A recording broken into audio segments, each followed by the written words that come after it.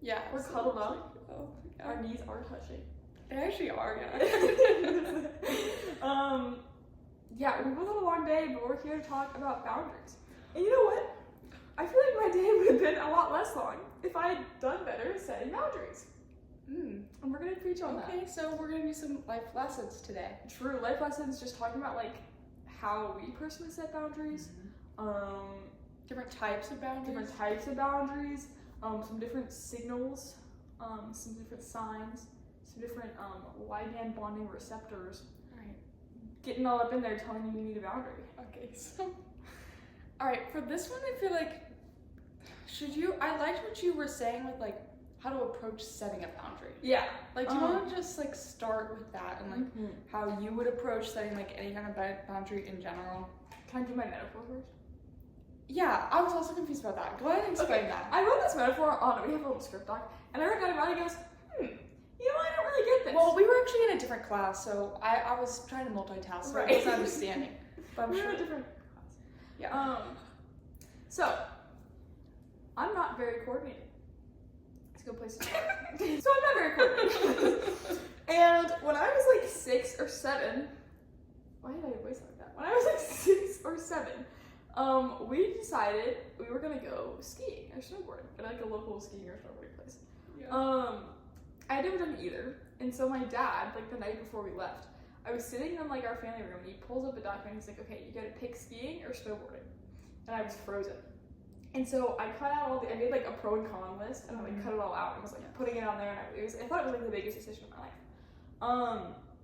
My dad told me this sort of like little maxim to kind of differentiate the two activities, and it has a metaphor in there that we're going to use. It's gonna be awesome. Okay, so learning either skiing or snowboarding is kind of equally difficult, and you're gonna have to put in the same amount of work to get to like be a pro. You know what I mean? Like if you want to go to the Olympics, they both have put in, like both sports, you put in so much work and you work so hard. But it's different the kind of order in which you put in the work. So the like little thing when you're picking between snowboarding is that snowboarding is supposedly harder to learn but easier to master. So it means that it's super tough. Like your first day snowboarding, you're just gonna eat a lot of snow. Yes, I can relate because I'm a snowboarder. Yeah. And like it hurts. It hurts. You're learning how to jump up. You're learning how to clip it. Those first couple days are so bad. It's so bad. But once it kind of clicks, the philosophy is that supposedly it's kind of easier. Like it's harder to learn the skills initially, but once you have them, they more easily translate to harder levels. Like once you kind of get it, it's gonna be a lot easier for you to go from is it green to a blue? Yeah. Than it is on skiing. So skiing though is supposed to be easier to initially learn. So you're going to be going down the bunny slope pretty quickly, but it's going to be harder to master. So at every stage, every increasing level of difficulty, you have to learn more skills or like increase your previous skills to be comfortable. And that leads me to boundaries.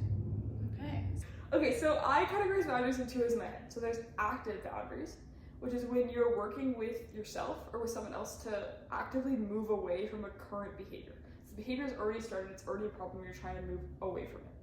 And then passive boundaries, where you're working with yourself or someone else to stay away from behaviors you never initiated. Like trying to, I never want to go past this line. Yeah. So like you've never gone past the line, but you're working every day to kind of prevent yourself from going past the line. So like I feel like passive boundaries are like everywhere. Like passive boundaries are like if we're in school and like you're trying not to like flunk a class. Like you have all these implementations set up, Yes, but that doesn't happen. Right. Or like if you're in a relationship, it's never happened before. Right. Even if or like you're in a relationship and like you don't want to have sex or something in that relationship or at this point in your life or whatever.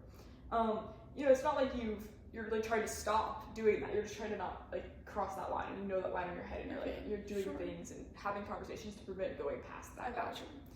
So here's where the metaphor comes in. Yeah. Get ready. Okay. So active boundaries are like snowboarding. Remember, initially harder to learn, but overall easier to master.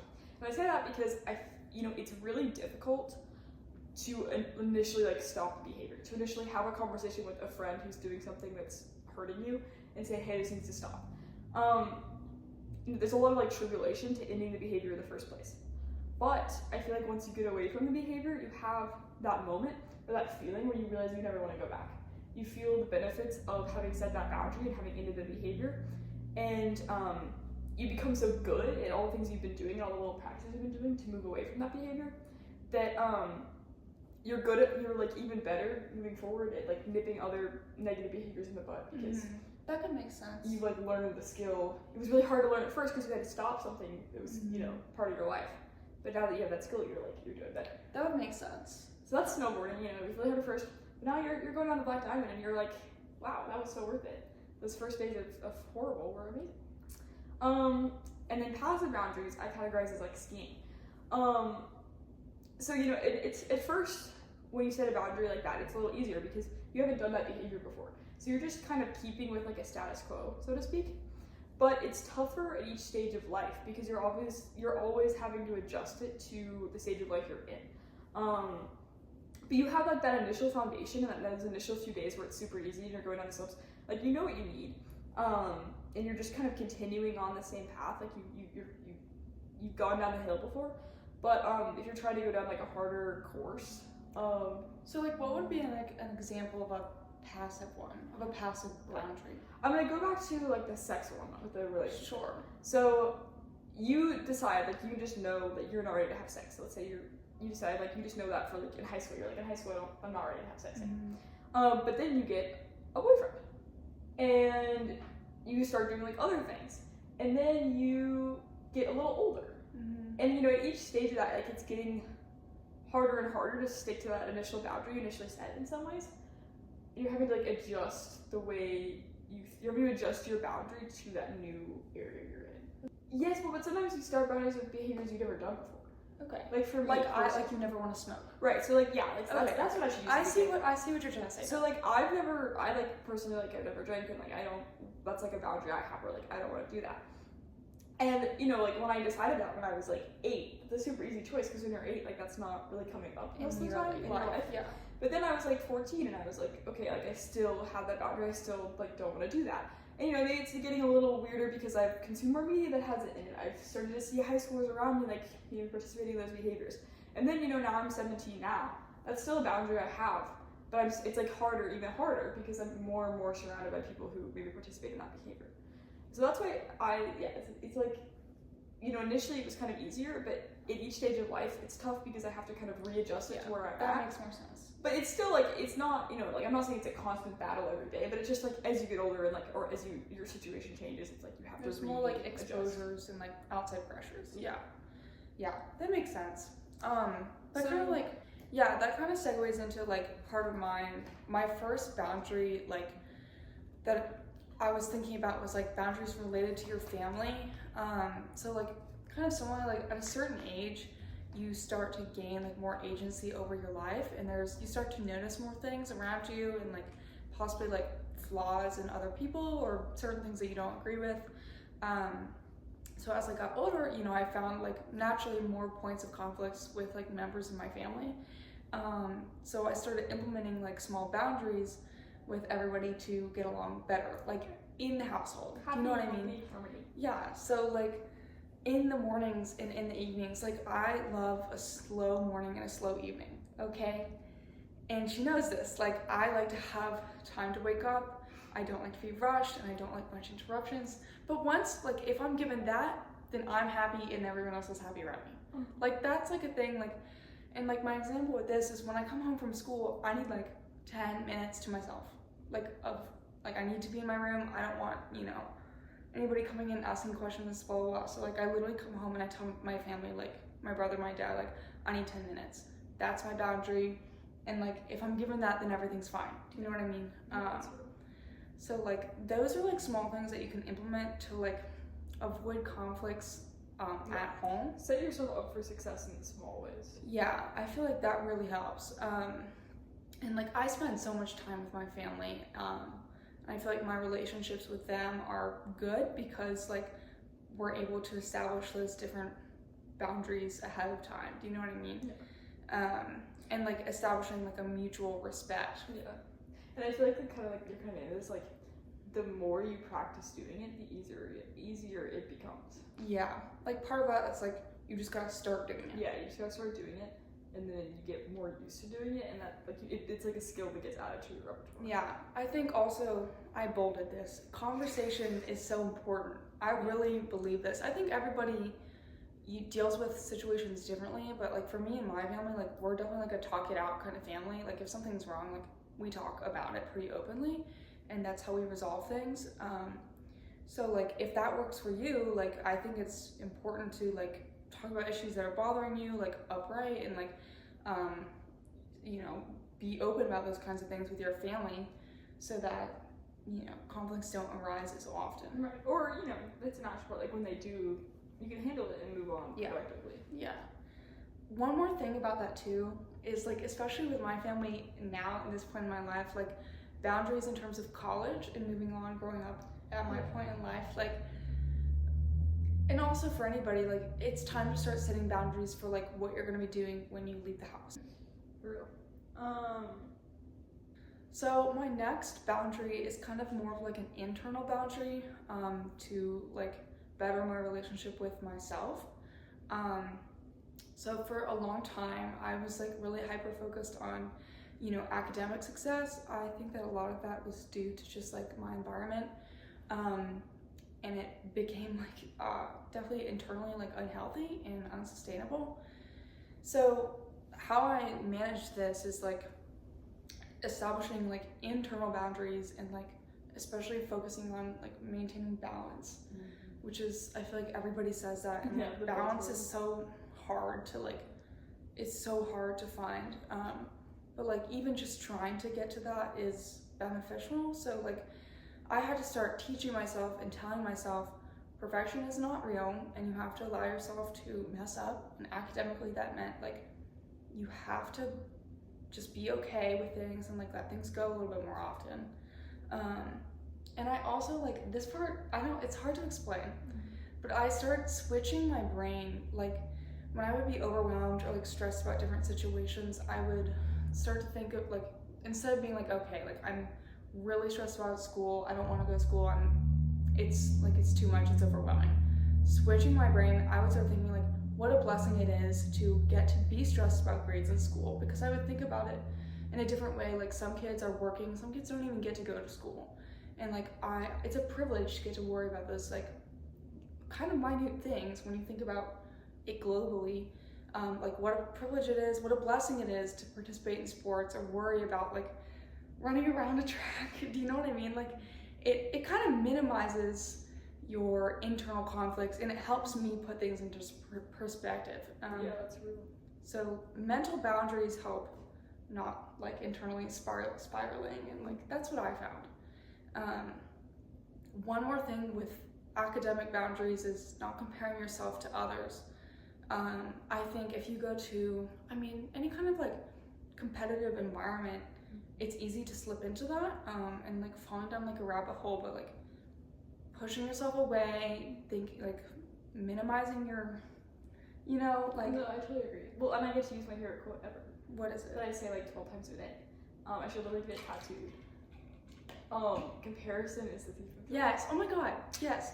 Comparison is a thief of joy. That's my like favorite Pinterest quote. Like I really say that all the time because it's so true. It is true, because immediately once you start comparing yourself to others, your self-esteem is going to lower, and it makes it like your success, like it makes it feel not real anymore when it totally is. It minimizes your success when it's not. So, yeah. I'm actually like, I have this like competition kind of thing this weekend, and I've been thinking about that a lot because like there's gonna be a lot of people there that I know that I'm really intimidated by. But I'm really trying to remind myself like at the end of the day, like we're all there for like the same reason, and like why I don't need to work. Like why would I compare myself to them? Like that's not gonna get me anywhere. What a blessing it is to and what a blessing it is to be there. What a blessing it is to get to go and travel there. And right, for real, and get to like participate in this thing. Yes. Even if it doesn't work out, I still get to go and I get to meet them. And also like if I start comparing myself to them, I'm not gonna be able to become friends with them. And they're actually really cool people, and I want to meet them. Yeah. I'm trying to think where I want to start. Yeah, so like I was talking about like academics is definitely a really good one to develop with yourself and kind of figure out where you stand on that. For me, like setting boundaries with myself is like kind of the toughest kind of boundary to set. It's rough. I feel like I'm not an expert to give advice because, like, you know, we're still learning about these things. Like, it's just like our own, what we've learned, like what helps us. Right, for real. Yeah. But like one thing I wanted to say is I feel like on the internet, especially in like some more unhealthy corners of the internet, like super like diet focused corners of the internet, or like just like different like hyper productive side of the internet. Yes, like the like grind set, type A, like it's which like that's can totally be part of a healthy lifestyle, but the parts where it's like there's not balance there. Yeah, there's not balance there. And I feel like whenever I see that type of content, it's always the way that like those people, at least on the internet, present themselves as like being successful is they use like they like bargain with themselves using like kind of like carrot and stick logic. And I do like understand that sometimes you need to set up a reward system with yourself to get something done. Like you have a really big paper, it's like, okay, if I write 2 pages now, then I'm gonna go for a walk, or then I'm gonna go get a sweet treat or whatever. Yeah. But like motivation for a boundary that's important to you needs to come beyond external pressure systems. Yeah. Because you really like, if this boundary is important to you, you need to have like sat with yourself and have come to it, like by sitting with yourself and thinking about it, have come to a strong enough understanding of your own personal motivation to carry it through and you through, regardless of what little rewards you get along the way. So like the kind of like little line I hope is like, you shouldn't be bargaining with your old mindset. You shouldn't have to be like, you know, carrot and sticking yourself because you haven't changed your mind. You should be acting upon your new mindset. That makes sense. Like sometimes I think about like what would like the best like you always strive to be like the best version of yourself. Like okay, like I say that all the time. Like what would I actually be doing?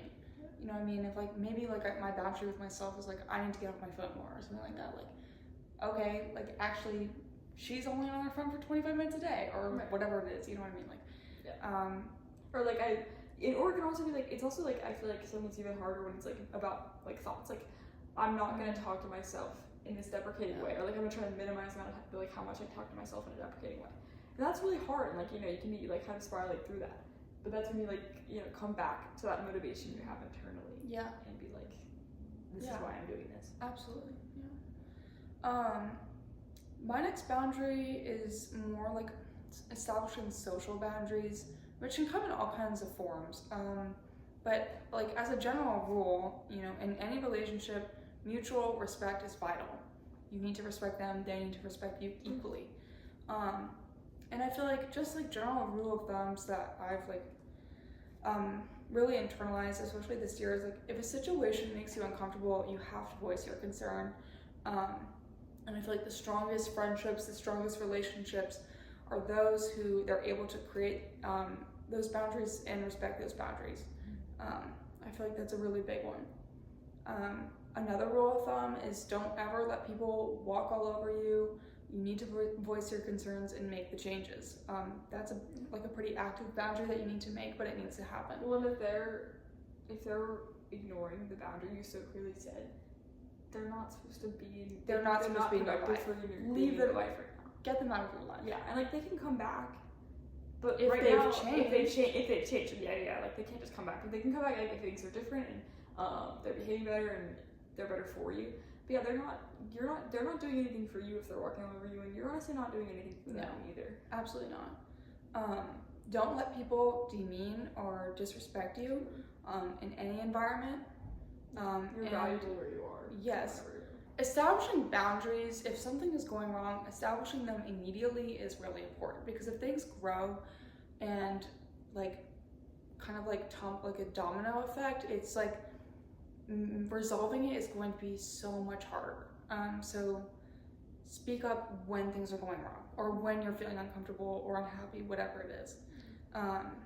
That's what I would say socially, because those kind of fit into like lots of social examples.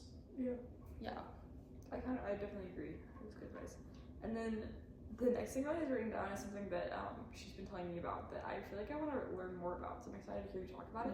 Because like I want to learn how to do it, but I don't exactly know what it is. Yeah. I'm a little confused. So it's kind of like a mom advice kind of thing. Like I feel like I hear this, like I was telling my mom about it and she was like, oh yeah, I know this. Like my coworkers talk to me, like I'm like, okay. So, but it's called the let them theory.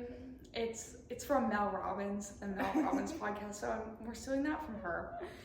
I know it's Thank like you. so like millennial or like mom vibe, but it's like okay. Are we gonna wear like our avocado shirt? No, I actually can't. Okay, the let them theory is basically the idea that if somebody is doing something that you don't agree with, or like you disagree with, just let them. I feel like this rule is really good for overthinkers, or people who, you know, are type A, like to have things a specific way. And it also allows for a lot of like mental peace, I feel like. So an example, like she lists a couple examples on her podcast, but it's like if a friend is constantly like canceling plans, or like if a friend group is excluding you or something like that, let them. Yeah. Just let them. Because you can't force it to work out the way you want. Don't text. Don't keep texting, calling, like trying. Like don't do that. Just let them. Or like if a partner isn't interested in like commitment, just let them. Don't try and force anything. Like relinquishing your control over situations and people that you can't change saves so much effort, like mental effort, mental space, and it's like protecting your peace. Like, right. Yeah. I think that like in my life, how like, I mean, I use this a lot, and I feel like I've used this a lot this year too, and it's great. Like it makes me feel like, okay, like I don't have to worry about as many things, and it's great because it's like nothing would have changed anyway. So it's like an example is like if I'm with my brother and I are very different people in the way that we function, and that's totally fine. But like in the past, like I'm gonna be honest, like I've been a little bit controlling. Like some things that he does like pisses me off. But it's like, you know, I was constantly like, don't forget this, don't forget that, like don't forget your swipe card, your computer, whatever it is for school. Like, and it was so much effort. Like I was really exerting so much effort to try and make him do things that I thought were right, the way I would, yeah. And it's like, I mean, then I started thinking about, okay, just let him do it, just let him make the mistake, just let him do it, whatever it is, because that's the only way that like you wouldn't be able to change it anyways. No, and if he's gonna change, it's because he learns by doing it on his own. Yeah, on his own. So let them theory is like, I don't know, it's just like for better mental peace. Yeah, I feel like you could apply in a lot of different situations. But one thing that's really important is like, let them theory only goes so far. Like if situations are harmful, or if somebody is getting like hurt, you can't be like a bystander. Like you can't be like, let them, like no.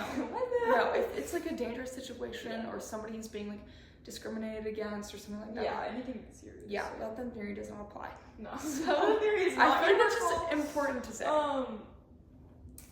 I had like a little thing I told myself last year when I was like struggling with different stuff, and it's just like, it was this like phrase I just said where it's like, why would you force yourself into places you're not wanted? Like why are you trying so hard to force yourself into these situations where they don't even want you there, or you're not valued the way that you value the other people, you know what I mean? And I feel like that kind of fits because even if you do get there, you're not going to enjoy it because that environment isn't welcoming to you. It is welcoming to you, it's not going to like, it's not helping you. Yeah. So that's just like a real thing that you need, that everybody just needs to know, you know what I mean? Yeah.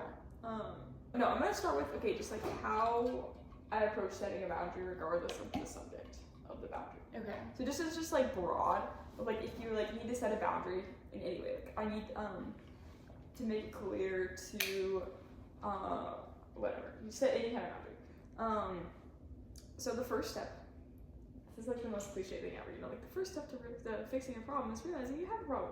It literally is true. Recognizing that you need to establish a boundary, and that's in some ways like the hardest part, especially at least for me, because I'm so like, you know, it's just keep chugging, just keep going, like it's gonna fix itself. Or like I get so like I don't even really realize how unhappy something's making me because I'm just like moving forward. You know, I don't take the time to reflect on how like upset I've been.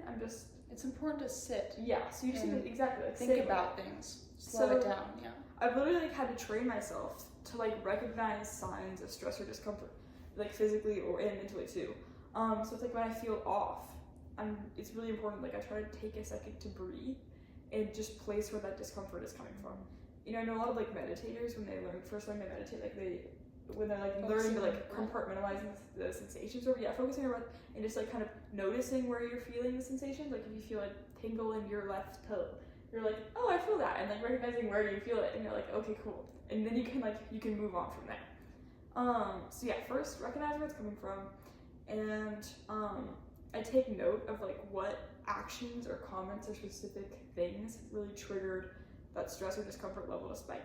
Because sometimes like you can't do that in the moment. You're having like a conversation with someone, and you just leave that conversation feeling so icky. Yeah. And that's when you need to like take a second and be like, what did they say then? Right, what did they say? Because like I wasn't feeling this way before, but I left this conversation and I'm like, my heart rate's higher, I just feel kind of icky. Yeah, and think about specifically what they said and try to kind of, evaluate as you can, like why that really like got to you. And then from there, you kind of need to see if you can place those triggers into a pattern. So if they were making a specific kind of comment about you that is degrading and you feel like they do a lot and you notice that they keep doing it,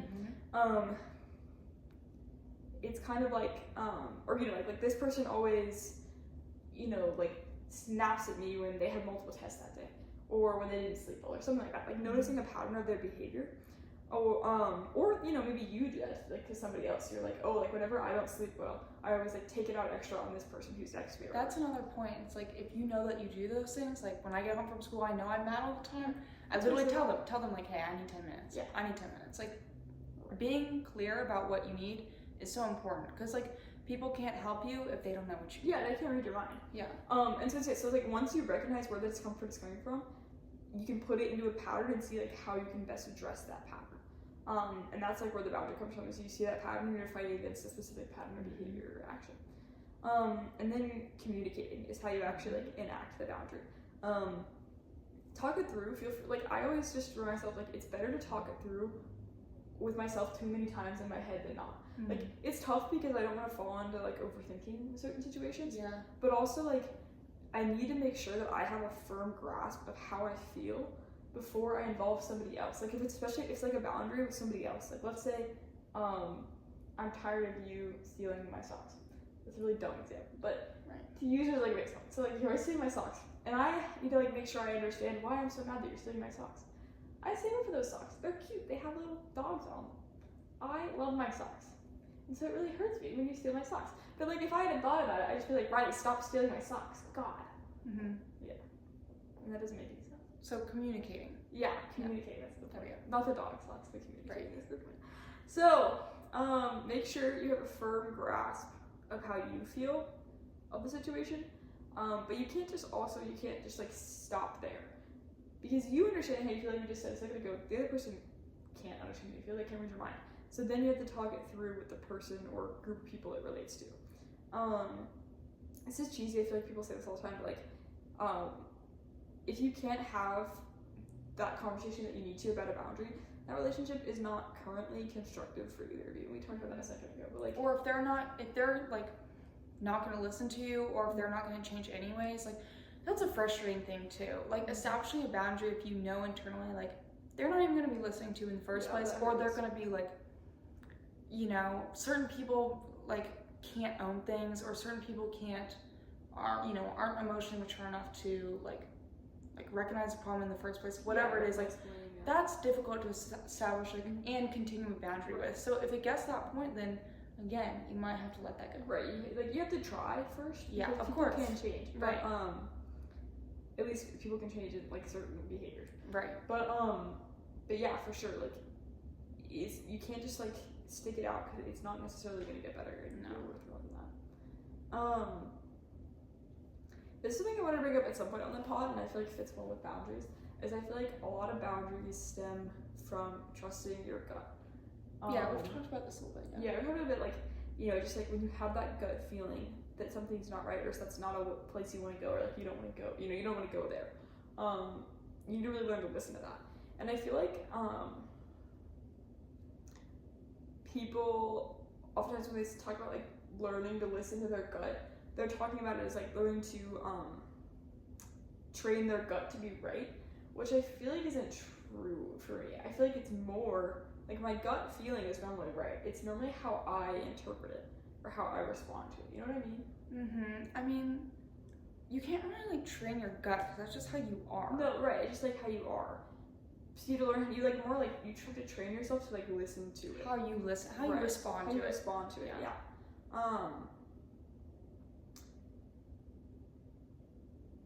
And I don't know, I just feel like if you can't like trust your intuition, you don't trust your gut, it's so isolating because you're like isolating yourself from yourself. Yeah, no, yeah. You have to have a basic understanding and trust in yourself to like establish a boundary with somebody else. So yeah, I feel like that's essentially all. Like short and sweet. But